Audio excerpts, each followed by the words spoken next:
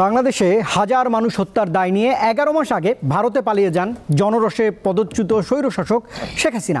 প্রায় বছর সময় পার হতে যাওয়ায় প্রাক্কালে শেখ হাসিনা এবং তাঁর দলের বিচার না হওয়া কিংবা আগামীর জাতীয় সংসদ নির্বাচনের পরিপূর্ণ রোডম্যাপ নিয়ে সংশয় বিরাজ করায় এখন বড় ধরনের অসন্তোষ দেখা যাচ্ছে রাজনৈতিক দল এবং দেশের জনগণের মনে।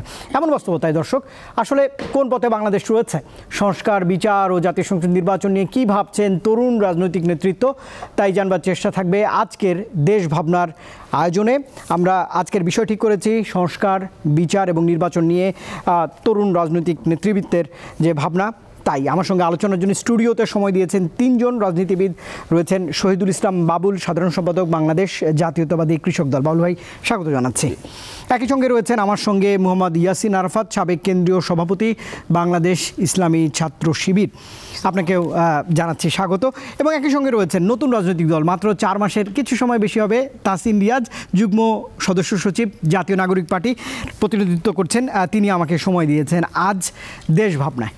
তাসিন, আপনাকে দিয়ে আসলে আমরা আজকের অনুষ্ঠান শুরু করতে চাই। শুরুতেই এই মুহূর্তে আপনি আসলে কেমন দেখেন বাংলাদেশ আসলে কেমন আছে? 11 মাস হয়ে গেল। আমি সামাজিক যোগাযোগ মাধ্যমে ফলো করছিলাম, দেখছিলাম যে খুনের দায় নিয়ে পালানো একজন রাজনীতিবিদ, তার দল এবং তার বিচার এখন পর্যন্ত হয়নি। মানুষের মনে এক ধরনের ক্ষোভ, হতাশা রয়েছে। রাজনৈতিক দলের মধ্যে এক ধরনের মতপার্থক্য রয়েছে। আপনি কি দেখছেন, কেমনভাবে চলছে এখনকার বাংলাদেশ?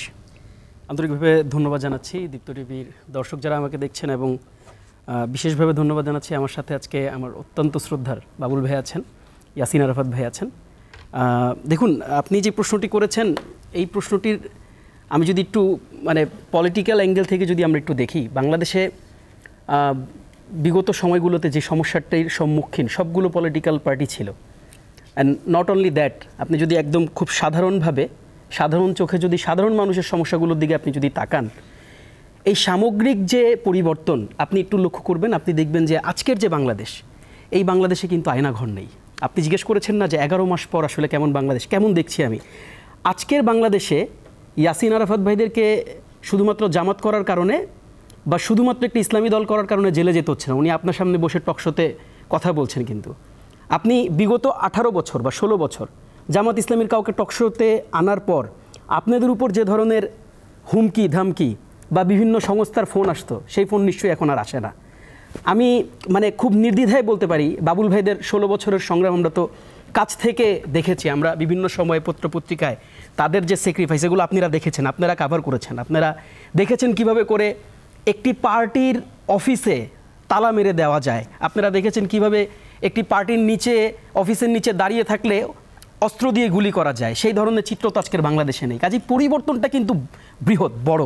হ্যাঁ, এখন আপনার একটি টেকনিক্যাল প্রশ্ন হতে পারে যে আসলে আমরা যে পরিবর্তন বা আমাদের তারুণ্য যে পরিবর্তনটি immediately just after the living বা দেশ থেকে পলাতক যে প্রধানমন্ত্রীর কথা আপনি বলেছেন, তার চলে যাওয়ার পরে যে ইমিডিয়েট পরিবর্তনটা আমরা আশা করেছিলাম, সেটা হয়েছে কিনা সেই জায়গাটাতে হয়তো কিছুটা বেশ কম আছে, থাকাটাই স্বাভাবিক। কারণ আমরা যেটা বলেছি সবসময় যে 16 বছরের যে ঘানি, সবগুলো ইনস্টিটিউশনকে যেভাবে করে ধ্বংস করা হয়েছে, সংবিধান, আমাদের রাষ্ট্র ব্যবস্থা, আমাদের সংসদ, আমাদের গণতন্ত্রকে যেভাবে ভুলুণ্ঠিত করা হয়েছে, সেখান থেকে তো ফিরে আসতে আপনাকে একটু সময় দিতে হবে, সময় লাগবে। আরেকটি বিষয় দেখুন, লক্ষ্য করে, এটা তো পলিটিক্যাল পরিবর্তন। দেখুন, আমরা রোজার মাসে, আপনারাই রিপোর্ট করেছেন, এটা বাড়িয়ে বলার কিছু না, আপনারাই রিপোর্ট করেছেন যে বাংলাদেশের ইতিহাসে, এই বিগত 16 বছর 17 বছর ইতিহাসে সবচেয়ে বেশি স্বস্তি কিন্তু বাজারে ছিল। আমি কোনো রাষ্ট্রযন্ত্রকে এখন প্রশংসা করতে চাই না। আমি যেহেতু একটা পলিটিক্যাল পার্টিকে রিপ্রেজেন্ট করি, আমি বরং সমালোচনায় বিশ্বাস করতে চাই, তবে সত্যিটাও বলতে চাই। কাজেই দেখুন, এই পরিবর্তনগুলো কিন্তু ম্যাসিভ। আপনি দেখুন, আপনি আজকে যেই পলাতক যে প্রধানমন্ত্রী, সেই পলাতক প্রধানমন্ত্রীর বিচার কার্য আজকে সবাই লাইভে দেখতে পাচ্ছে। এটি ইন্টারন্যাশনাল প্র্যাকটিস, আমরা দেখছি, সেটা হচ্ছে বাংলাদেশে। আর যতগুলো পরিবর্তনের দিকে আপনি তাকাবেন, আপনি দেখবেন যে প্রত্যেকটা জায়গায় ডিফারেন্ট একটা টেস্ট ডেভেলপ করেছে। আপনি জাস্ট কিছুদিন আগের কথা একটু চিন্তা করেন, যে 5 তারিখে যে বিপ্লব সংগঠিত হয়েছে, এই বিপ্লবের কিছুদিন আগেও বাংলাদেশের তারুণ্য যারা প্রচণ্ড রকম হতাশ ছিল, একটা ডিপ্রেশন, একটা গ্রেট ডিপ্রেশন পিরিয়ড তারা পার করছিল, তাদের রাষ্ট্রের প্রতি মারাত্মক লেভেলের অনীহা তৈরি হয়েছিল। কিন্তু তারা খেয়াল করে দেখেন আজকে যখন এনসিপি ভুল করছে, তারা খেয়াল করে দেখেন আজকে যখন জামাত ইসলামী ভুল করছে বা বিএনপি যখন ভুল করছে, তারা কিন্তু সমালোচনা করছে। তারা কিন্তু সেই সমালোচনা করতে আমাকেও ছাড়ছে না, তারা কিন্তু সেই সমালোচনা করতে বিএনপিকেও ছাড়ছে না। এটা একটা পলিটিক্যাল চেঞ্জ, এটা ডেমোক্রেটিক যে প্র্যাকটিস, যেই প্র্যাকটিসের জন্য আজকে আমরা বলি তো যে দেখুন বিএনপির সাথে আমরা জামাতের ডিবেট দেখি, জামাতের সাথে কখনো এনসিপি ডিবেট করছে। আমরা যখন ঐক্যমত্য কমিশনের মিটিং দেখছি তখন আমরা দেখছি সকল পলিটিক্যাল পার্টি কীভাবে এই দেশকে এগিয়ে নেওয়া যায়, সেটার জন্য কি তারা ডিবেট করছে না? তারা একজন আরেকজনের কথা কাটছেন, একজন আরেকজনকে কাউন্টার করছেন, এবং দিন শেষে আপনি দেখেন সবাই কিন্তু বেরিয়ে এসে দেশের স্বার্থে, দশের স্বার্থে, এই লাল সবুজের পতাকার স্বার্থে কিন্তু তারা বলছেন যে আমরা সবাই পরিবর্তন চাই। কাজেই এই পরিবর্তনকে আমরা কেন যেন আমরা সংকীর্ণতার পরিচয় কেন যেন ওই যে আগেই তো ভালো ছিলাম যে গ্রুপটা যারা বাংলাদেশে কেন যেন ওই ন্যারেটিভটা প্রতিষ্ঠা করতে চায়। হ্যাঁ, আপনি দেখেন না আজকে যারা এতদিন ধরে বলছেন, আমি জানি না আজকে তাদের মুখ বন্ধ হয়ে যাওয়ার কথা, বিবিসি যে রিপোর্টটি করেছে এবং যে ধরনের অডিও ক্লিপ তারা ফরেন্সিক রিপোর্টের মাধ্যমে যে ভ্যালিডেট একটা অডিও ক্লিপ তারা যে ছেড়েছে আজকে, তারা আপনি দেখতে পাবেন কিছুদিনের মধ্যেই তাদের হয়তো মুখ বন্ধ হবে। এবং তারা যে পরিবর্তনটা দেখে না, কারণ কি জানেন? কারণ তারা 16 বছর আনডেমোক্রেটিক প্র্যাকটিসটাকেই বাংলাদেশের রাজনীতির সংস্কৃতি, বাংলাদেশের রাজনীতির পলিটিক্যাল প্র্যাকটিস হিসেবে ইস্টাবলিশ করতে চেয়েছিল। তাদের কাছে বিরোধী দল বা সরকারের সমালোচনা করাই ছিল জেলে নেওয়া, বরং তারা এটাকে ভ্যালিডেট করেছে। বরং তারা এই কাজটিকেই তাদের ন্যারেটিভ দিয়ে, তাদের সংস্থা দিয়ে, তাদের মিডিয়া দিয়ে এবং তাদের যে সামগ্রিক ইনস্টিটিউশন যেগুলোকে তারা পক্ষপাত দুষ্ট করেছিল, এই সবগুলো ইনস্টিটিউট যেগুলোকে তারা একেবারে একপাক্ষিকভাবে তাদের লোক নিয়োগ দেওয়ার মাধ্যমে এগুলোকে তাদের দলীয়করণ করেছিল, এই প্রত্যেকটি ইনস্টিটিউট দিয়ে কিন্তু ভ্যালিডেট করার চেষ্টা করেছে। কাজেই দেখেন এখন আর সেটা নাই। এখন কিন্তু দুর্নীতি দমন কমিশন, কিন্তু আপনি দেখেন দুর্নীতি দমন কমিশন বিভিন্ন উপদেষ্টার যখন দুর্নীতির কথা প্রকাশ হচ্ছে তারা কি সেটা ইনভেস্টিগেট করছেন? এবং সবচেয়ে বড় পরিবর্তনটি কোথায় জানেন? যখন সেই উপদেষ্টা নিজে এই ইনভেস্টিগেশনকে অ্যাপ্রিসিয়েট করছে। যেখানে আমরা আগের কালচারে কি দেখেছি? আমরা আগের কালচার দেখেছি যখন কোনো মন্ত্রণালয় কোনো ধরনের কমিশন হস্তক্ষেপ করতে চেয়েছে সেই কমিশনকে আমরা থ্রেট দিতে দেখেছি, সেই কমিশনের বিরুদ্ধে এজেন্সি দিয়ে সেই কমিশনকে বন্ধ করার প্রচেষ্টা দেখেছি। কাজেই বৃহৎ একটি পরিবর্তন হয়েছে। হ্যাঁ, আমরা মিডিয়া জগতে আমাদের কিছু হতাশা আছে, আমরা দেখছি বিভিন্ন সময় বিভিন্ন ধরনের সমালোচনা আমরা দেখছি। তবে আজকের মিডিয়ার দিকে আপনি তাকিয়ে দেখুন, তারা তো সত্যি কথাটা বলছে। যেই মিডিয়া 5 তারিখের আগেও সত্যি কথা বলতে পারে নাই, সঠিক নিউজ প্রচার করতে পারে নাই, তাদের মধ্যেও তো আমরা এই পরিবর্তনটা লক্ষ্য করেছি। কাজেই পরিবর্তনটা বৃহৎ। হ্যাঁ, অসন্তুষ্টি আছে, সেই অসন্তুষ্টি কার বিরুদ্ধে? এখন কিন্তু অসন্তুষ্টিটা স্বৈরাচারিতার বিরুদ্ধে না, এই অসন্তুষ্টি, এই যে আক্ষেপ, এই আক্ষেপ কিন্তু ভালোবাসার আক্ষেপ। এই আক্ষেপের গল্পগুলো আরো শুনবো, বিস্তারিত শুনবার চেষ্টা করব। এবার একটু শহীদুল ইসলাম বাবুল আপনার কাছে যেতে চাই। তাসিন যেমনটি বলছিলেন যে এখন তো মত প্রকাশের স্বাধীনতাও আছে, দেশ এগিয়ে যাচ্ছে। 11 মাসে সরকারের মূল্যায়নের যথেষ্ট সময় বলে আমার মনে হয়। আমি একজন দেখছিলাম যে একজন মা তো চাইলে একটা বাচ্চাও প্রসব করতে পারেনি 11 মাস সময়। তিনি বলছিলেন সামাজিক যোগাযোগ মাধ্যমে, তার কথাটা ভাইরাল হয়েছে। আমি জানতে চাই একটু আপনার কাছে যে এই 11 মাসে বাংলাদেশ কি ঠিক পথে রয়েছে কিনা? শুনেন, বাংলাদেশটাই তো একটা সমস্যা ছিল আসলে। গোটা বাংলাদেশ আপনার ধরেন 92 বিশ্বকাপে কথাটা মনে পড়লো এই কারণে, ইমরান খান বা পাকিস্তান টিমের জন্য কোয়ার্টার ফাইনাল ক্রস করা খুব ডিফিকাল্ট হয়ে গেছিলো। নানান সমীকরণ, তাদেরকে জিততে হবে এবং এই পরিমাণ রানে জিততে হবে এবং অন্যদিকে অন্য দলকে হারতে হবে, নিউজিল্যান্ডকে। হ্যাঁ, তো এই বাস্তবতা হলে তারা কোয়ার্টার ফাইনালে। তখন পত্রিকার একটা লিড নিউজের কথা মনে পড়ে যে সমস্যার বাধায় আগলানো পথ, তবু আশায় বাধা বুক, কাপ ইমরানের সাথে আসলেও আসতে পারে সাগর পাড়ি দিয়ে। তো আমাদের তো সমস্যা সর্বাঙ্গে ব্যথার মতো সমস্যা। দেখেন, এই সমস্যার পর্বত প্রমাণ সমস্যা হাসিনা তৈরি করে রেখে গেছিল। আমরা এই 11 মাসের কথা বলছেন, এটা দেখো একেবারে খুবই কম সময় সেটা না, আবার একটা সরকারের জন্য খুব বড় সময়ও না। হ্যাঁ, মৌলিক অনেকগুলা জায়গা রয়েছে যেই সংস্কারগুলা বা যেই বাস্তবতাগুলা বা এগুলা নাগরিক জীবনে একটা কালচারাল রেভলিউশন লাগবে। আসলে আমাদের নাগরিকদের একটা মনোজগতেরও পরিবর্তন লাগবে। কিন্তু আপনি যেটা আকাঙ্ক্ষা করছেন, আপনি জুলাই, অনেকে বলছে জুলাইয়ের পরে কি অর্জন হলো। আচ্ছা, জুলাইকে যে আমরা হাসিনের মতো একটা ভয়ঙ্কর ফ্যাসিস্ট, হ্যাঁ ইতিহাস কাঁপানো একটা ফ্যাসিস্টকে আমরা বিদায় করতে পারলাম, এটা কি আমাদের একটা অর্জন না? ওই তাহসিন যেটা বলছিল আমার খুব স্নেহাস্পদ। ওর সাথে আমরা একসাথে চায়নায় খুব এনজয় করেছি, 10 দিন ছিলাম, আরও অনেকেই ছিল। যাই হোক, তো অনেক আলোচনা হলো যে বাংলাদেশে কি পরিবর্তন হলো। সব পরিবর্তন হয়নি, এটা সত্য। তবে এই যে মানুষের মানবাধিকার বা গণতান্ত্রিক পথে যে আমরা যাত্রা শুরু করেছি, বাধা থাকবে, বিঘ্ন থাকবে, প্রতিবন্ধকতা আছে, সব কিছু আছে। তার মধ্য থেকে আমরা মনে করছি যে আমরা বাংলাদেশে আর এই ধরনের কোনো ফ্যাসিস্ট, শোনো, আমাদের তারুণ্যের একটা বিশাল শক্তি আছে, পৃথিবীর অনেক দেশের তা নাই। মানে স্ক্যান্ডিনেভিয়ান কান্ট্রিগুলা বলেন বা অনেক জায়গায় দেখবেন যে জনশক্তি হ্রাস পাচ্ছে, তরুণের সংখ্যা কমে যাচ্ছে, কিন্তু আমাদের এখানে সেই তারুণ্যের শক্তি আছে। আমাদের এই তারুণ্যের শক্তির মানে উদ্ভাবনী অনেক ক্ষমতা আছে, জ্ঞানে, বিজ্ঞানে, শিক্ষায়, প্রযুক্তিতে। আমরা যদি তাদেরকে শিক্ষিত করে দিতে পারি, তৈরি করে দিতে পারি, তাহলে তারা পৃথিবীর নেতৃত্ব দিতে পারবে। এর জন্য প্রয়োজন কি? এর জন্য প্রয়োজন একটা সুশাসন। এই তো সেই সুশাসনটার আমার অভাব ছিল, এটা সত্য। আমরা বিশ্বাস করি যে আমরা সকলে মিলে, হ্যাঁ, আমাদের মধ্যে মতানৈক্য আছে। আমরা যেমন ধরেন 5ই আগস্টের পূর্বে অনেক সংখ্যক মানুষ, অনেক সংখ্যক রাজনৈতিক দল, শ্রেণী, পেশা, গোষ্ঠী, আবাল বৃদ্ধ বনিতা আমরা রাস্তায় নেমেছিলাম। এখন হয়তো দেখবেন এক একজনের এক এক মত, এটা হতে পারে, এটা অস্বাভাবিক খারাপ বলে আমি কোনো কিছু দেখছি না। ভিন্ন ভিন্ন রাজনৈতিক দল, তবে ফ্যাসিস্টের প্রশ্নে তো আমরা এক, দেশপ্রেমের প্রশ্নে তো আমরা এক, জাতীয় ঐক্যের প্রশ্নে তো আমরা এক, সার্বভৌমত্বের প্রশ্ন, এটা 5 তারিখের পরেও আমরা প্রমাণ করেছি। যখন এখানে একটা সাম্প্রদায়িক পরিস্থিতি তৈরি করবার চেষ্টা হয়েছিল, তখন আবার প্রধান উপদেষ্টার পাশে আমরা সকলে গিয়ে দাঁড়িয়েছি। সেরকম কোনো পরিস্থিতি হলে আবারও আমরা দাঁড়াবো। এর মধ্যে আমাদের বাকি সব যে ইস্যুর মধ্যে দ্বিমত আছে, বহুমত আছে, ঐক্যমত আছে, হ্যাঁ, একমত আছে, সব আছে। তো এইসব নিয়েই তো আমাদের আগাতে হবে। আমাদের সবচেয়ে মূল সমস্যা ধরেন আমাদের এখানে ছিল গণতন্ত্রহীনতা, ছিল আইনের শাসনের দুর্বলতা। হ্যাঁ, আইনের শাসনের যে পুরোপুরি অর্জিত হয়ে গেছে এটা না, আর এটা জুলাইকে সুইচ দিলেই এটা হয়ে যাবে না। এর জন্য একটা সময় লাগবে, এর জন্য একটা প্র্যাকটিস লাগবে, তার আগে সুশাসন লাগবে, গণতন্ত্র লাগবে।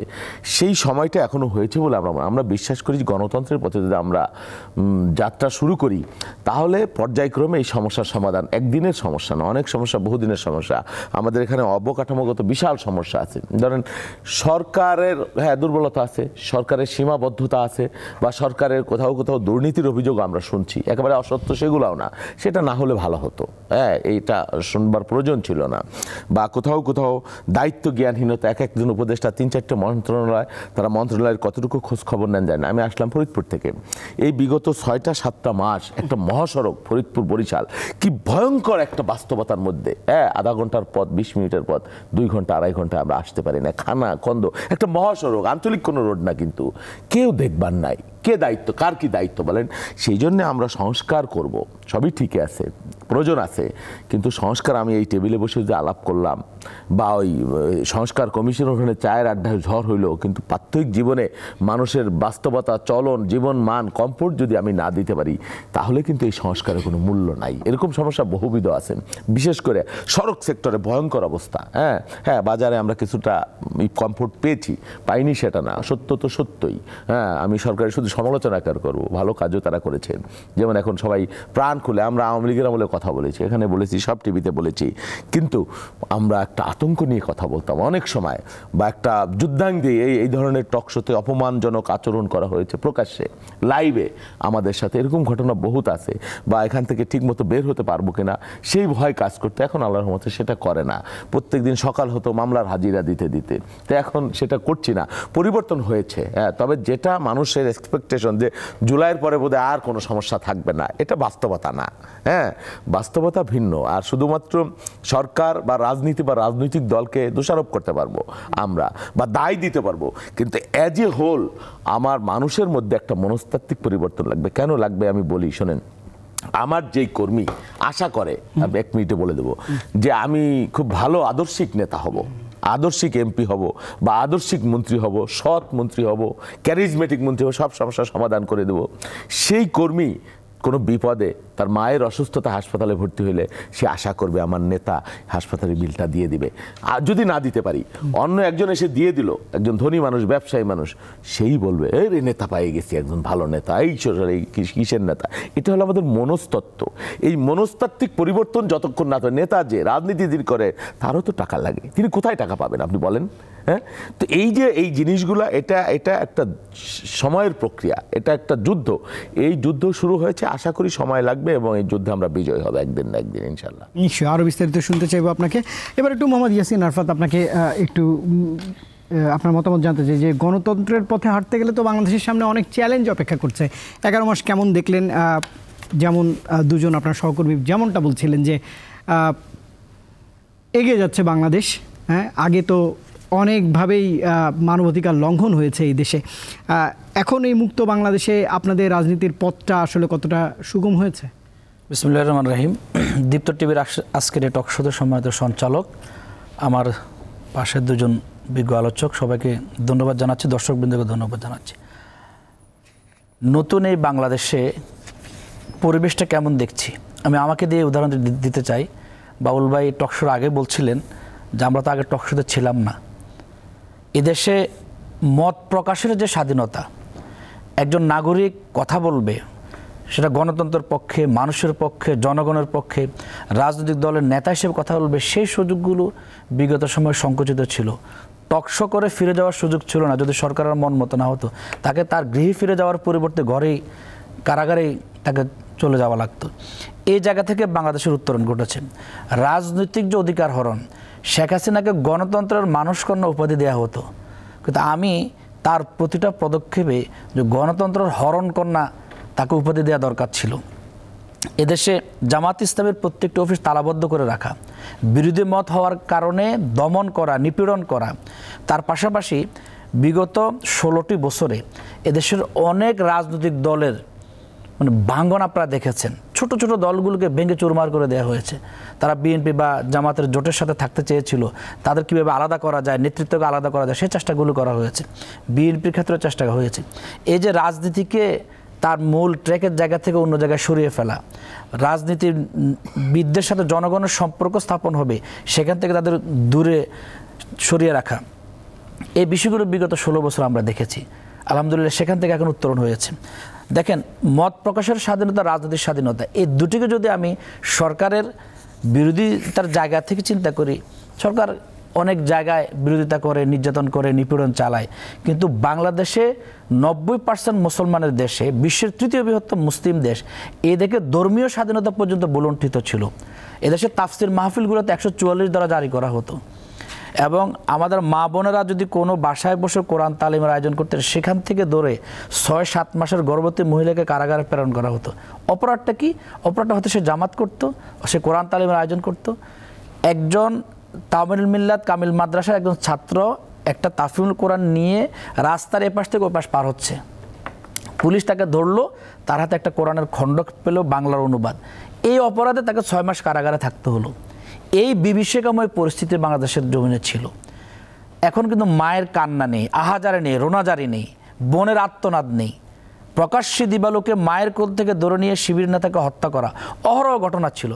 আপনি মানুষের সামনে থেকে একজন ধরে নিয়ে গেলেন, আর পরের দিনে মিডিয়ার মাধ্যমে আমরা খবর জানতাম যে বন্দুক যুদ্ধে নাকি সে নিহত হয়েছে, অথচ মায়ের কোল থেকে তো প্রকাশ্যে দিবালোকে তাকে ধরে নিয়ে যাওয়া হলো। খিলগাঁও ছাত্রদল নেতা জনিকে কতগুলো গুলি করা হয়েছে, চট্টগ্রাম। এভাবে অসংখ্য উদাহরণ দেওয়া যাবে। শুধুমাত্র রাজনৈতিক দৃষ্টিকোণ থেকে বিরোধিতা সে তাই নয়, মানে প্রতিহিংসাপরণ আচরণ, কি জিজ্ঞাসা। বাংলাদেশের সামনে তো এখন বড় চ্যালেঞ্জ নির্বাচন আয়োজন। সে বিষয়ে আপনার দলের যারা শীর্ষ নেতৃত্ব আছে তারা কোনো পর্যবেক্ষণ দিয়েছেন কিনা, বা তাদের পর্যবেক্ষণ কি এই রাজনৈতিক পরিবেশটা ঠিক নিয়ে? দেখেন, মানুষের একটা প্রত্যাশিত পরিবর্তনের জায়গায় মানুষ ফেসিবাদের পরিবর্তন দেখেছে, কিন্তু রাষ্ট্রযন্ত্রের জায়গা থেকে, রাষ্ট্রের নিয়ম পদ্ধতি কাঠামো, অনেক জায়গা থেকে ফেসিবাদতন্ত্র বিদায় হয়নি। একটা সুষ্ঠু নির্বাচন এ জাতির বহুদিনের আকাঙ্ক্ষা। 16টা বছর চলে গেল, 3টা জাতীয় নির্বাচন হয়ে গেল, দেশের অধিকাংশ মানুষ ভোট দিতে পারেনি। 2008-এর নির্বাচন আমি ভোট দিতে পারিনি। দেখা যাচ্ছে 2001 সালের নির্বাচনের পর থেকে আসলে সত্যিকার ভোটই তো হয়নি ঠিকমতো। এখন ভোটের প্রত্যাশা মানুষের অনেক আকাঙ্ক্ষিত বিষয়। এখন ভোট মানুষ কেমন চায়? এদেশের মানুষ কিন্তু এখন আর যেন তেন নির্বাচন চায় না। আপনি ওই যে কথা আছে, 10টা হুন্ডা 20টা গুন্ডা, নির্বাচন ঠান্ডা। আপনি ভোট কেন্দ্রে গেলেন, যার পেশি শক্তি বেশি সে কেন্দ্র দখল করে ফেললো, যার টাকা বেশি, আমার বাবুল বললেন যে রাজনীতিতে টাকাও প্রয়োজন আছে, যার টাকা বেশি আগের রাত্রে গিয়ে 1000 টাকার নোট ধরিয়ে দিল, সে তার মত পরিবর্তন করে ফেললো। এখন এই ভোটের জায়গা থেকে 1 নম্বর হচ্ছে জনগণের সচেতনতার প্রয়োজন। আমাদের সমাজে একটা কথা আছে, আমার ভোট আমি দেব, যাকে খুশি তাকে দেব। এই কথার পরিবর্তন হওয়া খুবই বেশি প্রয়োজন। যাকে খুশি আমি তাকে দেব না, বরং আমি যোগ্য, দক্ষ, দেশপ্রেমিক নাগরিককে দেব, যে আমার এই ভোটের আমানত রক্ষা করবে, যে আমার ভোট পাওয়ার পরে চাঁদাবাজি করবে না, যে আমার ভোটে নির্বাচিত হয়ে যাওয়ার পরে ক্ষমতা দেখিয়ে দখলবাজি করবে না, টেন্ডারবাজি করবে না, জুলুমতন্ত্রকে সে কখনো ঠাঁই দিবে না, যে আমার ভোটের আমানত নেয়ার পরে আমার অধিকার রক্ষায় সে ভূমিকা পালন করবে, আমার বুকে লাথি মারবে না। আজকে মানুষ সে অবস্থার পরিবর্তন চায়। জামাত ইসলামী এই জায়গায় বলেছে 16 বছর ধরে ফেসিবাদতন্ত্রের মাধ্যমে গণতন্ত্রকে হরণ করে বিনা ভোটের নির্বাচন, দিনের ভোট রাতে হয়ে যাওয়া, ডামি নির্বাচন, এই জায়গাগুলোতে শিক্ষা নিয়ে ভোটের কাঠামো, রাষ্ট্রের সংস্কার থেকে শুরু করে সামগ্রিক ন্যূনতম মৌলিক কাঠামোগুলোর সংস্কার প্রয়োজন।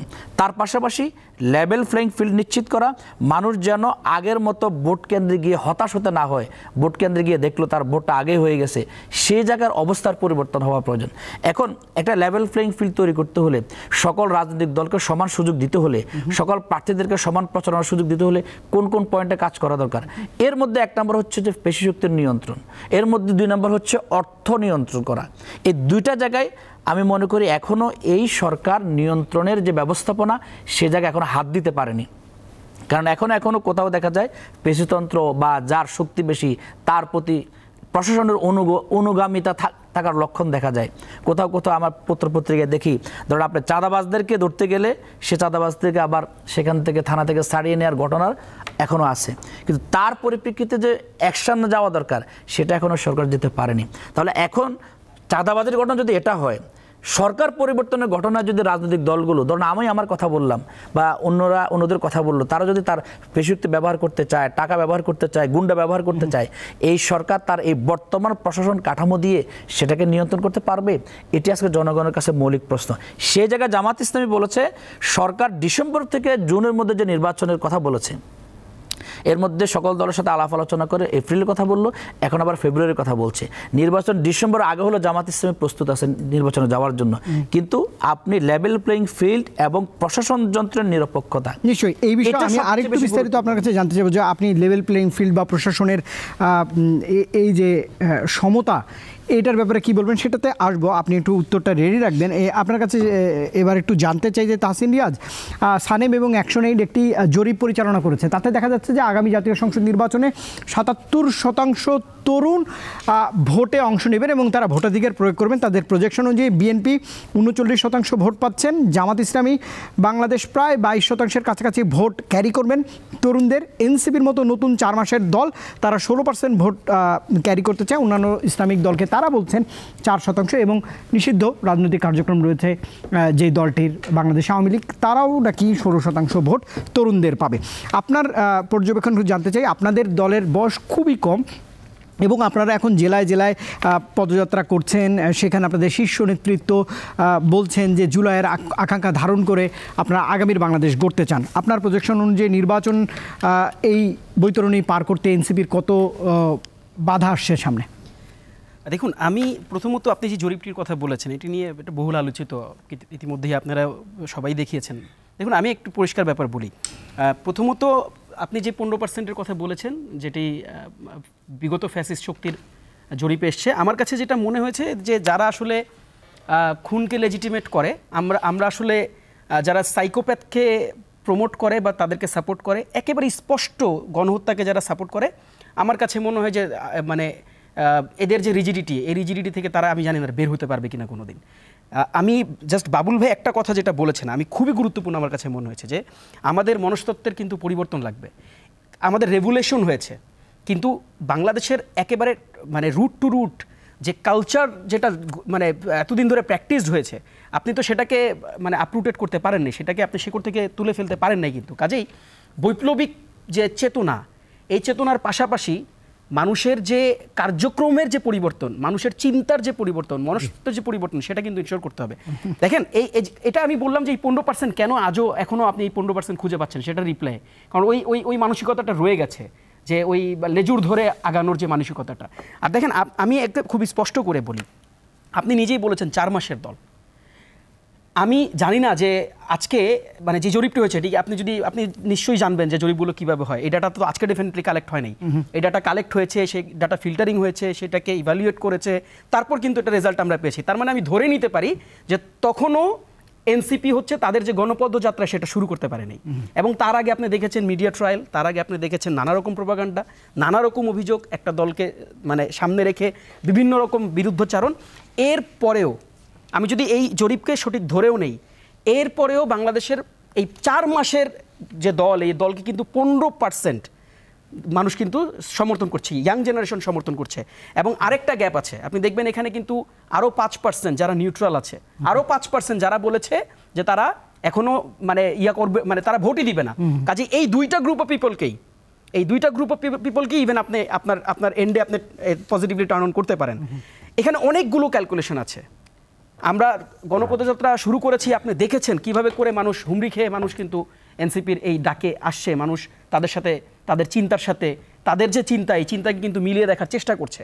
কাজেই নতুন একটি শক্তির যে উদ্ভাবন, এই উদ্ভাবনের যে প্রত্যাশা সাধারণ মানুষের মধ্যে ছিল, আমাদের যে উদ্ভাবন বা আমাদের যে এতদিনের বিশ্লেষণ, আমাদের কাছে মনে হয়েছে যে এনসিপি খুব দ্রুততম সময়ের মধ্যে সেই জায়গাটাতে রিচ করতে পারবে এবং মানুষের একেবারে সার্বিক যে মানে চিন্তা, এই চিন্তার দিকে তারা ছুটে যেতে পারবে। কাজেই আমি এটাকে খুব পজিটিভলি দেখছি। আর আরেকটা ব্যাপার আমি আপনাকে বলি, আপনি এর আগে প্রশ্ন করেছেন যে আসলে আমাদের ইয়াসিন আরাফাত ভাই বলছিলেন, আমি আসলে দেখুন আমি এভাবে করে সমালোচনা করতে চাই না, আমি জাস্ট একটা ব্যাপার বলতে চাই যে বাংলাদেশের যে আগামীর যে নির্বাচন, এই নির্বাচন কিন্তু এই পুরো বাংলাদেশের জন্য, এই বাংলাদেশের আগামীর জন্য কিন্তু একটা বিগ ফ্যাক্টর হিসাবে কাজ করবে। কাজেই এখানে লেভেল প্লেয়িং ফিল্ড যেমন দরকার হবে, অবভিয়াসলি এখানে সকল দলের যে চিন্তা, এই চিন্তার প্রতিফলন কিন্তু এই নির্বাচনের যে সিস্টেমটি ডেভেলপ হচ্ছে, যেই সিস্টেমের জন্য এত আলোচনা হচ্ছে, আগামীর সংসদ কেমন হবে সেটা দ্বিকক্ষ বিশিষ্ট হবে কি হবে না। আমরা এনসিসির আলাপ আলোচনা আমরা শুনেছি, আমরা বলেছি নারীদের ভোটাধিকারটা কেমনভাবে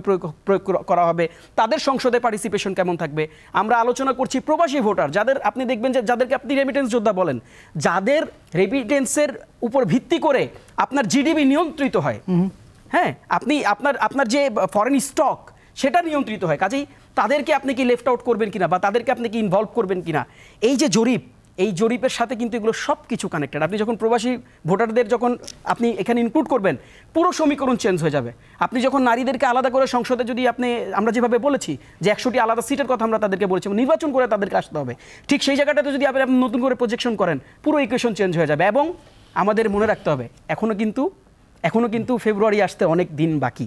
কাজেই এখানে অবার সম্ভাবনা আমরা দেখেছি, এই অবারিত সম্ভাবনায় আমরা আমাদের সর্বোচ্চটা দিয়ে আমরা আমাদের যে বাংলাদেশ পরিবর্তনের যে মেসেজটা আমরা ক্যারি করছি, এটা আমরা সাধারণ মানুষের কাছে দিতে চাই এবং আমরা বলতে চাই নিশ্চয়ই যে এই পরিবর্তন আপনি ফেব্রুয়ারি বলছেন, আজ সন্ধ্যায় মাননীয় প্রধান উপদেষ্টার কাছ থেকে নির্দেশনা এসেছে যে ডিসেম্বরের মধ্যে জাতীয় সংসদ নির্বাচনের আয়োজন করবার জন্য তিনি সংশ্লিষ্ট সকলকে তাগিদ দিয়েছেন, প্রেস সচিব জানিয়েছেন।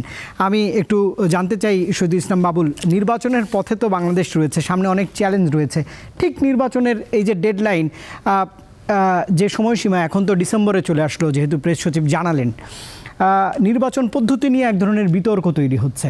আবার জরিপগুলো তো দেখা যাচ্ছে যে আপনি কিভাবে নেবেন, আমি প্রশ্নটা করতে চাই যে সরকার গঠন তো বিএনপি করেই ফেলেছে আগামী ত্রয়োদশ জাতীয় সংসদ নির্বাচনে।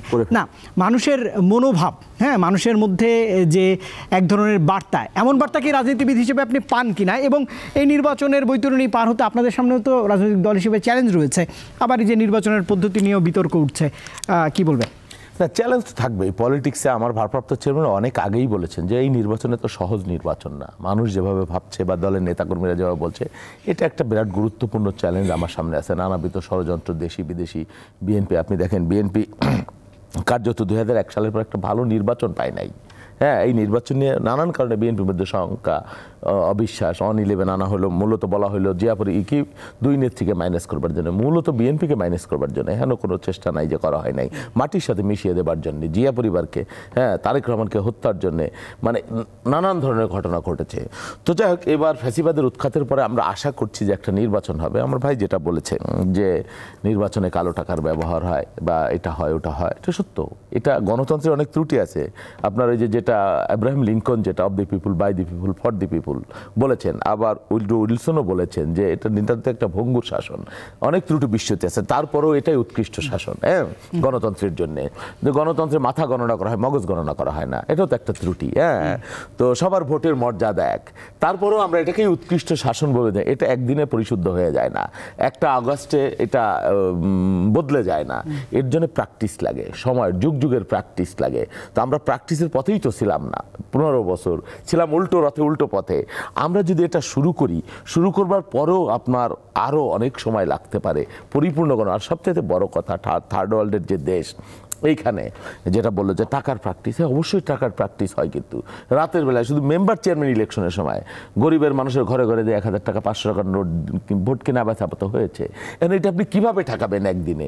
সরকারি বা কীভাবে ঠেকাবে, ইলেকশন কমিশনে বা কীভাবে? সেই জন্যে আপনি পরিপূর্ণ একটা গণতান্ত্রিক যদি অবগাহন করতে চান, গণতন্ত্রের সুফল, তার আগে আপনাকে প্রস্তুত হইতে হবে। কীভাবে প্রস্তুত হবেন আপনি? আপনার অর্থনৈতিক মুক্তি লাগবে, যাতে করে একটা মানুষকে 500 টাকা দিয়ে কেনা না যায়। কে 500 টাকা নেয়? আপনি তো নেবেন না নিশ্চয়ই। যার এই 500 টাকার খুব প্রয়োজন আছে, যার ঘরে চাল নেই, সেই তো 500 টাকায় বিক্রি হয়ে যায় নাকি? আপনাকে কি কিনতে পারবে কেউ 500 টাকা দিয়ে, 1000 টাকা দিয়ে? পারবে না তো। তার ভবিষ্যৎ চিন্তা করবার ক্ষমতা নাই, তার সেই মেধা নাই, তার সেই বুদ্ধি নাই, তার সেই পড়াশোনা নাই যে 500 টাকার বিনিময়ে আমার আগামী 5 বছর কিনে নিয়ে গেল। বা ওই সময়টা, ওই বাস্তবতাটা সে উপলব্ধি করতে পারে না। সেই জন্য এই ত্রুটি মেনে তো আমাদেরকে গণতন্ত্রের পথে আগাইতে হবে। আপনি যদি এই ত্রুটি সারায় তারপর নির্বাচন করতে চান, হ্যাঁ, তাহলে তো আপনার আগামী 100 বছর লাগবে, হ্যাঁ, সেই পথে যাইতে। তো সেই জন্যে বলছি যে অনেক ত্রুটি বিচ্যুতির মধ্যেও আমাদেরকে এগিয়ে যেতে। একটা মাত্র জুলাই আমাদের সমাজে একটা বিপ্লব তৈরি করে দিতে পারবে না। এই বিপ্লবের জন্য সর্বক্ষেত্রে, সকল ক্ষেত্রে, সকল পেশার মানুষ আমাদেরকে প্রচেষ্টা। হ্যাঁ, নির্বাচন সবসময় আমরা লেভেল প্লেইং ফিল্ডের জন্য বলছি, লড়াই করেছি, কিন্তু বাংলাদেশে তো নজিরও আছে। 2001 সালে নির্বাচনের নজির আছে, 91 সালে নির্বাচনের নজির আছে, 96 সালের নির্বাচনের নজির আছে নাই? শাহাবুদ্দিন সাহেব যে নির্বাচন আন্তর্জাতিকভাবে গ্রহণযোগ্য হয়েছিল, সেখানেও তো হতে পারে ব্যত্যয় হয়েছে, এই হয়েছে। তারপরেও সেই নির্বাচনগুলো আমরা ওইরকম একটা বা তার চাইতে ভালো আমরা নির্বাচন, প্রফেসর ইউনূস সাহেব যদি এটা না করতে পারেন, 1 বছর 12 মাস 14 মাসেও যদি না করতে পারেন এতটুকু লেভেল প্লেইং ফিল্ড, সেটা তাহলে তো আমাদের আর যাবার কোনো জায়গা থাকবে না। এবং এই কি বলে, এই অন্যায় অনিয়মের সাথেই আমাদের নিয়তি হিসেবে চিন্তা করতে হবে, তাছাড়া তো আর কোনো উপায় নাই। নিশ্চয়। মোহাম্মদ ইয়াসিন আরাফাত, আপনার কাছে আসতে চাই যে রাজনীতিতে অস্থিরতা এবং অনিশ্চয়তা বাড়ছে কিনা আপনার মতামত দিবেন, এবং একই সঙ্গে আপনার কাছে জানবো যে আপনি বলছেন যে প্রশাসনের এক ধরনের সমতা বা লেভেল প্লেইং ফিল্ড, আপনি কি দেখছেন বড় রাজনৈতিক দল হিসেবে জামায়াত ইসলামী অবশ্যই জরিপ অনুযায়ীও তো প্রায় 22% ভোট ক্যারি করছে তরুণদের, বড় রাজনৈতিক দল হিসেবে সামনের পথে অন্য যে রাজনৈতিক দলগুলো বা শক্তিগুলো রয়েছে তাদের সাথে আপনাদের মতপার্থক্য হচ্ছে কিনা বা চ্যালেঞ্জে পড়তে হচ্ছে কিনা? দেখেন, গণতন্ত্রের সৌন্দর্য হচ্ছে বিভিন্ন বিষয়ে বিভিন্ন মত থাকতে পারে, মতকে সেলুট জানানো, যেটা বিগত 16 বছরে ছিল না। বিশেষ করে 16 বছরে দ্বিপাক্ষিক আলোচনা বা সংলাপ করে দেশের গতিপথ নির্ধারণ করা। যখন শেখ হাসিনাকে বলা হতো যে সংলাপ করার জন্য, তো শেখ হাসিনা মুখের উপর বলে দিতেন যে কাদের সাথে সংলাপ, কিসের সংলাপ। আসলে এই কথাটাই বাংলাদেশকে রাজনীতির দিক থেকে অনেক বেশি পিছিয়ে দিয়েছে। তা আমরা বিশ্বাস করি যে দেশের গতিপথ ভালোভাবে সামনে আগানো প্রয়োজন, এবং এটা এখনও পর্যন্ত ভালো ট্র্যাকে আছে। কারণ হচ্ছে কি, দেখেন, বিগত সময়গুলোতে প্রতিরোধ করলে মানুষ ভয়ে ভীত সন্ত্রস্ত হতো, কিন্তু এই ভয়ের ভীতিটা বিগত জুলাই বিপ্লবে তরুণ সমাজ আমাদের চোখ খুলে দিয়েছে, আমাদের মাঝ থেকে ভীতি সঞ্চার হওয়াটাকে তারা দূর করে দিয়েছে। সুতরাং মানুষ এখন প্রতিবাদ করতে শিখে গেছে। অন্যায় কোনটা, সাদা কোনটা, কালো কোনটা, মানুষ সেটা বুঝতে শিখেছে, কথা বলা শিখেছে, প্রতিবাদের ধরন শিখেছে। এই জায়গা থেকে আমি বিশ্বাস করি রাজনৈতিক দলগুলো, বিশেষ করে যারা এই নতুন বাংলাদেশে নতুনভাবে রাজনীতি করবে, তারা আর অন্যায় পথে হেঁটে পার পাবে এই সুযোগ তারা চিন্তা করবে না। দেখেন, এই রাজনৈতিক ডামাডোলের যে গুরুত্বপূর্ণ পরিবর্তন আমি মনে করি সেটা হচ্ছে যে রাজনৈতিক দল বলেন, অপরাধী বলেন, বিভিন্ন ব্যক্তি বলেন, যারা রাষ্ট্রকে নিয়ে সিনেমিনি খেলতে চায়, বিভিন্ন সংস্থা বলেন, প্রত্যেকে এটা ভালো জানে বুঝে যে আমি এখন অপরাধ করে পার পাবো না, কারণ তরুণ সমাজ আমার দিকে তাকিয়ে আছে, তরুণ সমাজ আমাকে পাহারা দিচ্ছে। এটি আমি সবচেয়ে বেশি রাষ্ট্রের গুরুত্বপূর্ণ অগ্রগতি মনে করি। নির্বাচনে তরুণদের জরিপের কথা আসছে, এখানে তো আসলে সামান্য কিছু সংখ্যক মানুষের জরিপ। এর আগে একটা জরিপ হয়েছিল যেখানে বিএনপিকে 41%, জামাতকে 32% বলা হয়েছে। এখন মানুষ বিভিন্ন সময় বিভিন্ন দল মতকে বাছাই করেছে। আমি আমার জায়গা থেকে এটা বলতে পারি যে ধরুন 53 বছরের ইতিহাসে বিএনপি ক্ষমতায় এসেছে, আওয়ামী লীগ এসেছে, জাতীয় পার্টি এসেছে, স্বৈরতন্ত্র এসেছে, এখানে বাংলাদেশ জামাত ইসলামী সরকারের অংশীজন ছিল, আপনারাও অংশীজন ছিল। তা আমি মনে করি যে এখন বিভিন্ন জায়গা থেকে আমরা যে কথা শুনতে পাচ্ছি, দেশের জনগণ নতুন করে জামাত ইসলামের শাসনটাকে দেখতে চায়, যে জামাত ইসলাম কেমন করে দেখতে চায়। তার একটা উদাহরণ, 2001 থেকে 2006 সাল পর্যন্ত জামাত ইসলামের 2 জন মন্ত্রী 3টা মন্ত্রণালয় পরিচালনা করেছেন, সমাজ কল্যাণ মন্ত্রণালয়, শিল্প মন্ত্রণালয়, কৃষি মন্ত্রণালয়। সেখানে কিন্তু টাকার দুর্নীতি দমন সংস্থা, দেশি বিদেশি মিডিয়া বা কেউ কিন্তু খুঁজে বের করতে পারেনি। শুধু আমাদের কাছে দৃষ্টান্ত আছে। জনগণ যদি জামাত ইসলামীকে ম্যান্ডেট দেয়, আমরা বিশ্বাস করি আমরা যেরকম 2টি বা 3টি মন্ত্রণালয় দুর্নীতিমুক্ত উপহার দিয়েছি, আমরা প্রধানমন্ত্রী থেকে শুরু করে গোটা মন্ত্রণালয়ের দায়িত্ব জনগণ আমাদেরকে দিলে আমরা দুর্নীতি দুঃশাসনমুক্ত উপহার দিতে পারবো। এটি আমরা মেসেজ পাচ্ছি। গণতন্ত্র উত্তরণের জায়গায় বাংলাদেশের মানুষের একটা মৌলিক নীতিগত জায়গায় পরিবর্তন দরকার, মানসিকতার পরিবর্তন দরকার। মানুষ নৈতিক চর্চার জায়গায় আরও বেশি মানুষকে সাবলীল হওয়া দরকার। দেখেন, এদেশের মানুষ চাঁদা দেয়া, ঘুষ দেয়াকে এক ধরনের মানে নিয়মের মধ্যে মনে করত। একটা অনেক অন্যায় কাজ আছে যে অন্যায় কাজগুলোকে মানুষ তার নিয়মিত কাজের মধ্যে ধরে নিত, কিন্তু সেগুলো এখন মানুষের জায়গা থেকে মানুষ পরিবর্তন বা এই কাজগুলো এখন করা যাবে না।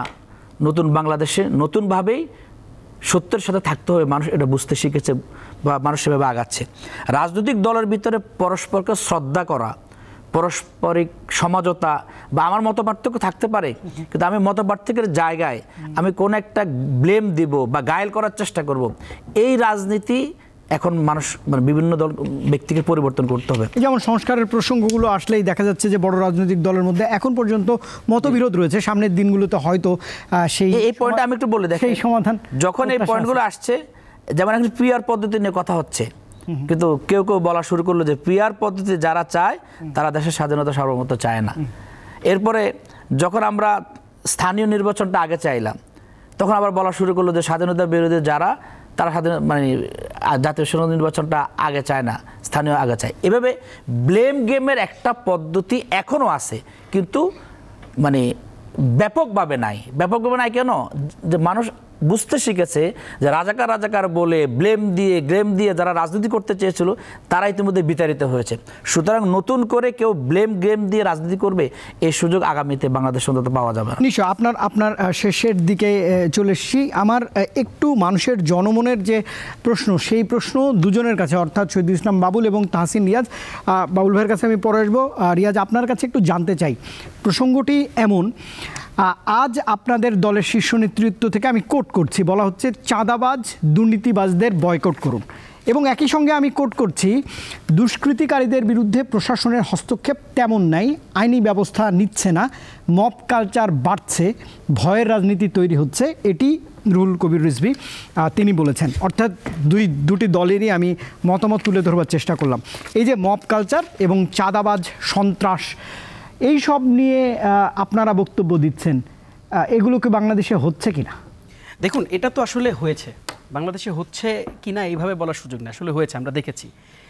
এবং মূলত এই অভিযোগটা আমরা একটু যদি মানে স্পেসিফিকেশন আমরা যদি দেখি, বাংলাদেশে কিন্তু এই চাঁদাবাজির যেই কালচার, এটা ওই যে কালচার থেকে হয়ে আসা জিনিস, ঠিক আছে? রাজনীতির পটভূমি যখন পরিবর্তন হয়েছে, মানে রাজনীতি করতে অর্থ লাগবে, কারণ আপনি তো রাজনীতির কালচার পরিবর্তন করতে পারেন নাই। আপনি হচ্ছেন ওই যে পটভূমি, ওই পটভূমিতে কিন্তু আপনি দাঁড়িয়ে আছেন এখনো। আপনার এখানে একটা ফ্যাসিস্ট রেজিম ছিল, রেজিমটা চেঞ্জ হয়েছে। আপনার একটা অগণতান্ত্রিক একটা পদ্ধতি বিদ্যমান ছিল, অগণতান্ত্রিক পদ্ধতি যাদের দ্বারা বিদ্যমান ছিল তারা বাংলাদেশ ছেড়ে পালিয়েছে। কিন্তু ইনস্টিটিউশনাল যে রিফরমেশন, কনস্টিটিউশনাল যে রিফরমেশন, সিস্টেমেটিক যে রিফরমেশন, কালচারাল যে রিফরমেশন, আমি ওইটাও বলেছি, ওই জায়গাগুলোতে তো আমরা পরিবর্তন আনতে পারি, আলটিমেটলি পারিনি। কাজেই দেখেন ওই কালচারাল মানে আপনার সিস্টেম থেকে কিন্তু এই চাঁদাবাজিগুলো বাংলাদেশে হচ্ছে। এবং আমাদের দাবিটা তো খুব পরিষ্কার, আমরা মানে নতুন বাংলাদেশে ডেফিনেটলি সাধারণ মানুষ চাঁদাবাজি দেখতে চায় না। নতুন বাংলাদেশে ডেফিনেটলি কোনো মানুষ কোনো দল থেকে, সেটা যদি বিএনপি করে, সেটা যদি অন্য যে কোনো রাজনৈতিক দল করে, কারো কাছ থেকেই তো মানুষ চাঁদাবাজি প্রত্যাশা করবে না। আপনি নিশ্চয়ই প্রত্যাশা করেন না। আপনি তো নিশ্চয়ই একটি সমাজে বসবাস করেন, সেই সমাজে নিশ্চয়ই চাঁদাবাজি ভালো চোখে দেখা হচ্ছে না।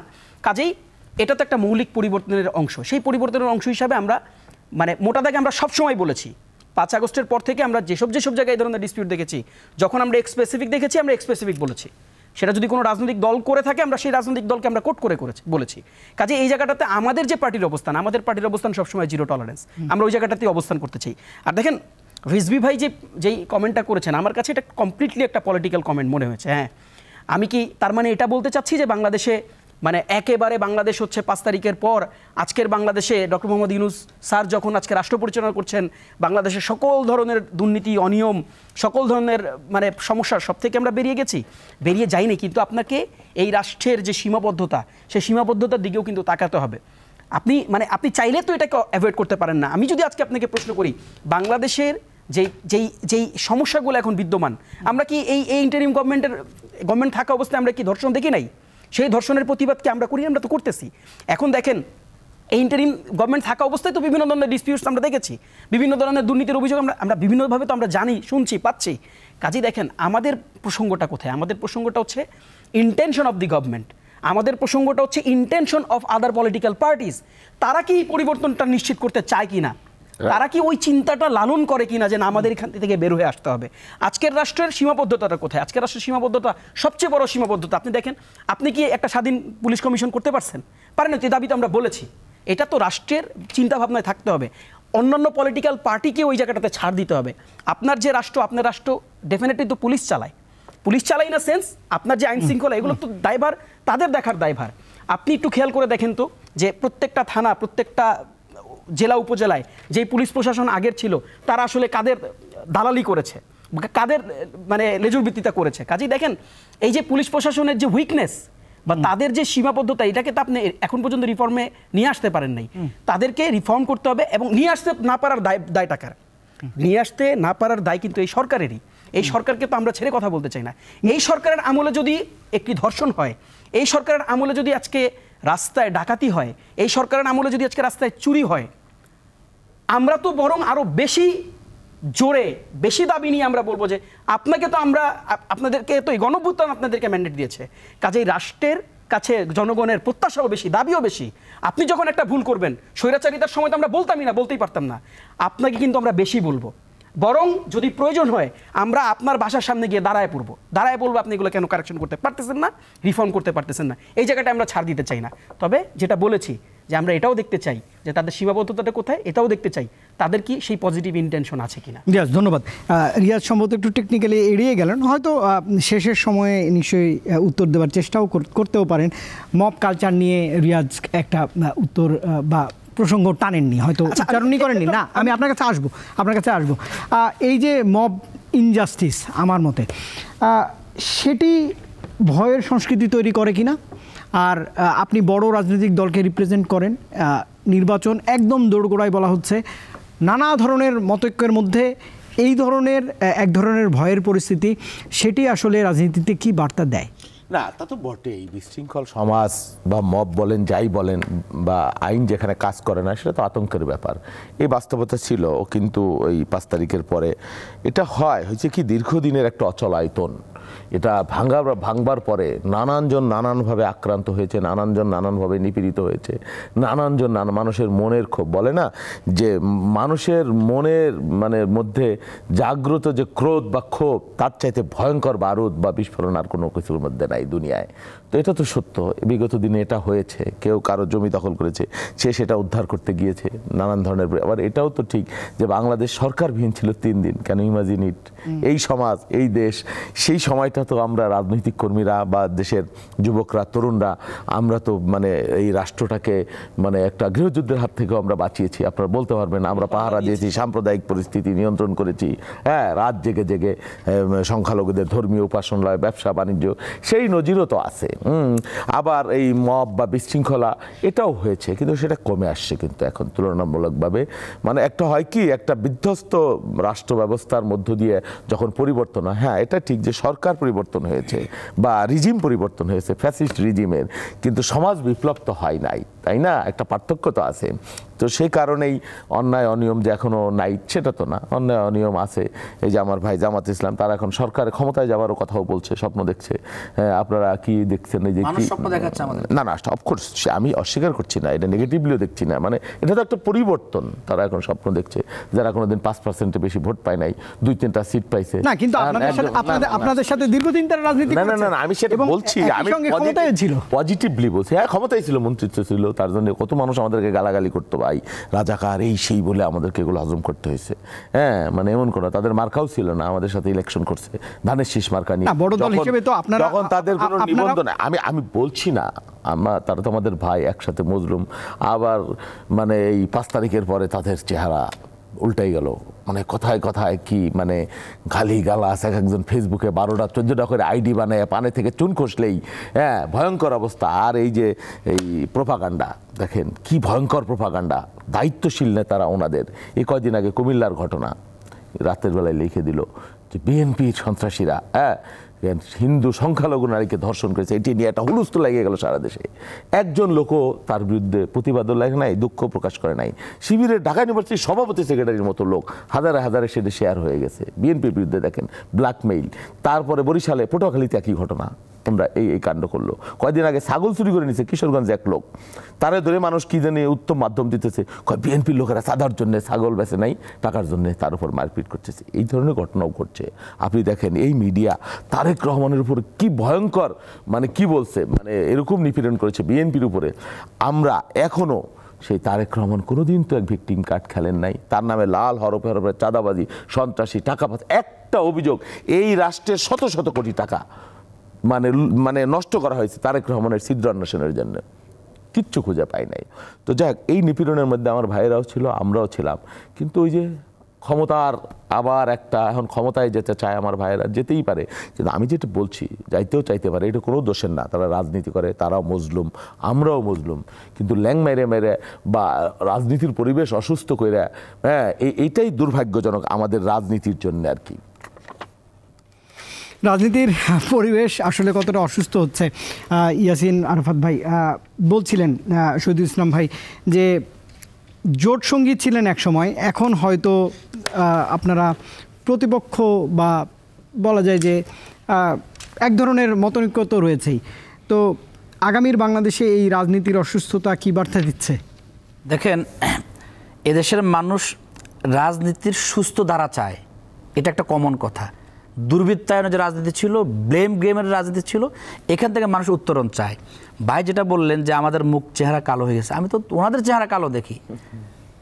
যখন আমরা বলি যে জনগণ বলছে যে বিএনপি, আওয়ামী লীগ, জাতীয় পার্টিকে দেখেছে, জামাতকে দেখতে চায়, তখন ওনাদের চেহারা কালো হয়ে যায়।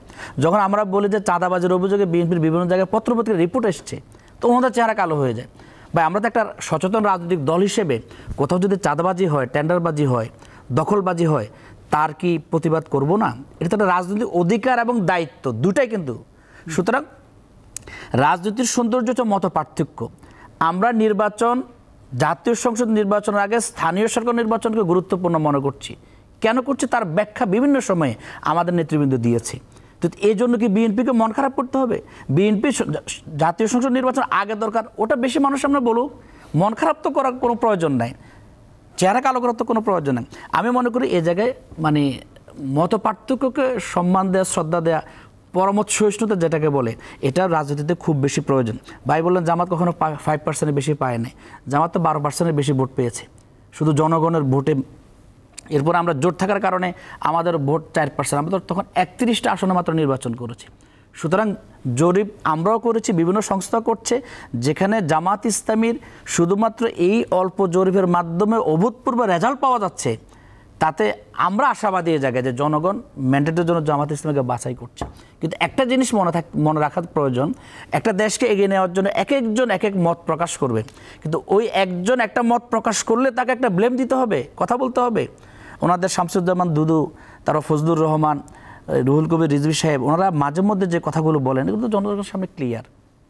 আপনারা যখন দেখেন জামাত একটা কথা বলল, তার কাউন্টারে গিয়ে আপনি যে কথাটা দিয়ে প্রতিবাদ করলেন, এই প্রতিবাদের কথাটা যদি হাসানুল হক ইনুর সাথে মিলে যায়, রাশেদ খান মেননের সাথে মিলে যায়, আওয়ামী লীগের নেতা নেত্রীর সাথে মিলে যায়, তখন তো জনগণ আপনাকে সন্দেহ চোখে দেখে যে সূত্রটা কোথায়, কথাটা মিলে যাচ্ছে কেন। প্রতিবাদের ধরন, বার্তা, সিস্টেম, বক্তব্যের অগ্নিজরা সব মানে একই ফ্রেমে যখন মানুষ দেখে তখন বুঝতে পারে এখানে একটা কিন্তু আছে।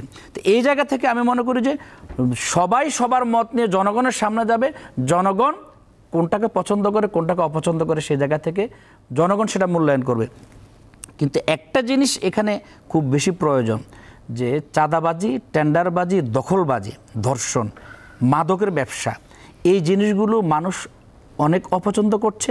এই জায়গা থেকে একটা প্রতিবাদ দলের ভিতরেও আপনারা যারা ভালো ভূমিকা পালন করেন তাদের প্রয়োজন আছে। দেখেন তিনি কুমিল্লার একটা ঘটনার কথা বলে বা বিভিন্ন ঘটনার কথা বলে যে শিবির বা জামাতের নেতারা প্রোপাগান্ডা চালায় বট আইডি করে। আমরা তো অনেক আইডির প্রমাণ ইতিমধ্যে আমাদের সোশ্যাল মিডিয়াতে আমরা দিয়েছি যে বিভিন্ন নামে আমাদের নাম ধরে কোথাও গালিগালাজ করছে, দেখলাম যে সে অন্য অন্য দলের সাথে যুক্ত, তার মূল আইডিতে খুঁজে আমরা সেটা পেলাম। এখানে মূল হয়েছেটা কি, আপনি পত্রপত্রিকার রিপোর্ট বলেন, সোশ্যাল মিডিয়া বলেন বা যাই কিছু বলেন, 100টা ঘটনা যদি বাংলাদেশে এখন ঘটে থাকে, চাঁদাবাজি, টেন্ডারবাজি, দখল, দর্শন বা যে কোনো ছাগল চুরি, গরু চুরি বা যাই বলেন, এই 100 ঘটনার মধ্যে 70টাতে বিএনপির সাথে যুক্ত পাওয়া যাচ্ছে। না, এটা তো সরাসরি অভিযোগ হচ্ছে, তার প্রমাণ লাগবে। আমি পত্রিকার কাটিং দিয়ে কথা বলছি। এখন এই 70টা যখন আপনার নামে অভিযোগ আসছে, তখন বাকি আরও 10টা 20টাও জনগণ আন্দাজে আপনার উপর চালায় দিচ্ছে। কারণ জনগণ দেখছে এই ঘটনার সাথে অনুযুক্ত, ওই ঘটনার সাথে অনুযুক্ত, তাহলে এটাও মনে হয় উনি হতে পারে। কিন্তু আমি ঢালাও মন্তব্যের জায়গায় বলছি না। দেখেন এই 9 মাসে শুধু ওনাদের আভ্যন্তরীণ কোন্দল 150 জন নিহত, এটা তো আমাদের রিপোর্ট না, এটা পত্রপত্রিকার রিপোর্ট, অনেকগুলো পত্রিকায় রিপোর্টটা করেছে। তো জাতি কি চায়? জাতি তো চেয়েছিল যে রাজনৈতিক সংস্কার, রাজনৈতিক দলগুলোর মধ্যে একটা আমূল পরিবর্তন। কিন্তু সেখানে এখনো আমি অন্য দলের সাথে প্রতিদ্বন্দ্বিতায় গেলাম না, আমি আমার নিজের মধ্যে প্রতিদ্বন্দ্বিতা করতে গিয়ে 150 জন নিহত হয়ে গেল, খুন হয়ে গেল। এই রাজনীতি তো দেশের মানুষ চায় না। নিশ্চয়ই। মোহাম্মদ ইয়াসিন আরাফাত, অবশ্যই আপনাকে সময় দিব। আপনাকে ধন্যবাদ জানাতে হচ্ছে মোহাম্মদ ইয়াসিন আরাফাত। একই সঙ্গে তাসিন রিয়াজ, আপনার কমেন্ট ছোট্ট 1-1.5 মিনিটে যদি আপনি বলতে চান। অভ্যুত্থানের নেতৃবৃন্দ এখনও রাজপথে আছে, ইনশাল্লাহ আপনারা হতাশ হবেন না, আপনাদের দলের আহ্বায়ক নাহিদ ইসলাম আজ বলেছেন। যথার্থই বলেছেন, এবং ডেফিনেটলি আমরাও হতাশ না, এবং জনগণ আমাদেরকে হতাশ করবে না, এটার ব্যাপারে আমরা এখন মানে প্রচণ্ড রকম কনফিডেন্ট হচ্ছি। এবং আমি আপনাকে একটু বলি কেন কনফিডেন্ট হচ্ছি। আপনি দেখবেন আমাদের বহরগুলোর দিকে একটু তাকান, আমাদের যেই পথসভাগুলো হচ্ছে পার্টিসিপেশনগুলো একটু দেখেন, একেবারে ইয়াং এনথুজিয়াস্টিক মানুষ পার্টিসিপেট করছে, মহিলারা এসে পার্টিসিপেট করছে, আপনার একেবারেই প্রান্তিক মানুষজন তারা কিন্তু এসে আজকে আমাদের কাছে তাদের স্বপ্নের কথা বলছে। এবং যেমনটা তারা বারবার বলেছে যে দেখুন আমরা বাংলাদেশে সব দলই তো আমরা দেখেছি, কেন নতুন দলকে আমরা দেখব না, কেন আমরা নতুনদের হাতে, তরুণদের হাতে আমরা এই ক্ষমতাটা দিব না, কেন আমরা নতুনদের হাতে আমরা এই বাংলাদেশের স্বপ্ন লালন করতে দিব না, নতুন বাংলাদেশ বিনির্মাণের জন্য আমরা ছেড়ে দিব না। কাজেই নাহিদ ইসলাম যেটি বলেছেন সেটি শুধুমাত্র নাহিদ ইসলামের কোনো পলিটিক্যাল কমেন্ট না, আবেগ জড়িত কোনো কথা না, বা কোনো মানে জাস্ট এটা মানে মিছে কোনো আশা না, বরং এই আশাটা কিন্তু একেবারেই রাজপথ থেকে তৈরি হওয়া আশা। বিপ্লব যেই 4 আগস্টে যেই নাহিদ ইসলাম নতুন বাংলাদেশে বিনির্মাণের কথা বলেছেন, খেয়াল করে দেখুন সেই নতুন বাংলাদেশ আজকে কিন্তু সম্পৃক্ত হচ্ছে সেই সাতক্ষীরায়, সেই মাগুরায়, সেই মেহেরপুরে, সেই বগুড়ায়। কাজেই এই যাত্রা এটা চলমান থাকবে। এবং নিশ্চয়ই তাসিন রিয়াজ, অসংখ্য ধন্যবাদ। অনেকটাই খণ্ডন করেছেন, কিন্তু আমি যদি বলি যে এখনও জুলাইয়ে যারা আহত হয়েছেন তারা তেমন সুযোগ সুবিধা পাননি, আপনাদের পার্টি অফিসে হামলা করেছে, ক্ষুব্ধ রয়েছে তারা, সেগুলোই নিশ্চয়ই আগামী দিনে আপনারা সমাধান করবেন। এবং আপনাদের দলের যারা নেতৃত্ব, তাদের যারা সহযোগী, তাদের ব্যাপারেও কিন্তু এই 10 মাসে অনেক দুর্নীতির তথ্য এসছে, আপনি নিশ্চয়ই সেগুলোতে জ্ঞাত, সেগুলো নিয়েও কাজ করবার সুযোগ আছে। এবং প্রমাণ দুই জিনিস কিন্তু নিশ্চয়ই আপনিও সেগুলো ঘেঁটে দেখবেন। এবং তাসিন রিয়াজ, অসংখ্য ধন্যবাদ জানাচ্ছি। এবং শেষ করতে চাই শহীদুল ইসলাম বাবুল আপনার মন্তব্য দিয়ে, এবং এই যে রাজনৈতিক অসুস্থতা সামনের দিনে নিশ্চয়ই বাংলাদেশের রাজনীতিতে চ্যালেঞ্জে ফেলে। না, আমি একটু পজিটিভ দেখছি ভাই। এই যে আমার ভাই বলল যে জনগণের কাছে আমরা অবশেষে যাওয়ার একটা পথ খুঁজে পাচ্ছি। এতদিন তো খালি জনগণকে সবাই লিজ নিয়েছে, আওয়ামী লীগ তো সব জনগণ, খিতি অবতেজ মরুদ বোম, সংস্কৃতির সেই গল্পের মতো আকাশ পানি বাতাস মাটি সব আওয়ামী লীগ, হ্যাঁ, ভালো মহল থেকে শুরু করে নদী নালা, তো একদিনেই তো সব পরিবর্তন হয়ে গেছে। তো জনগণ সত্যিকার অর্থে তার মতের প্রতিফলন করবার সুযোগ পাইলে এটা সবচেয়ে ভালো দিক।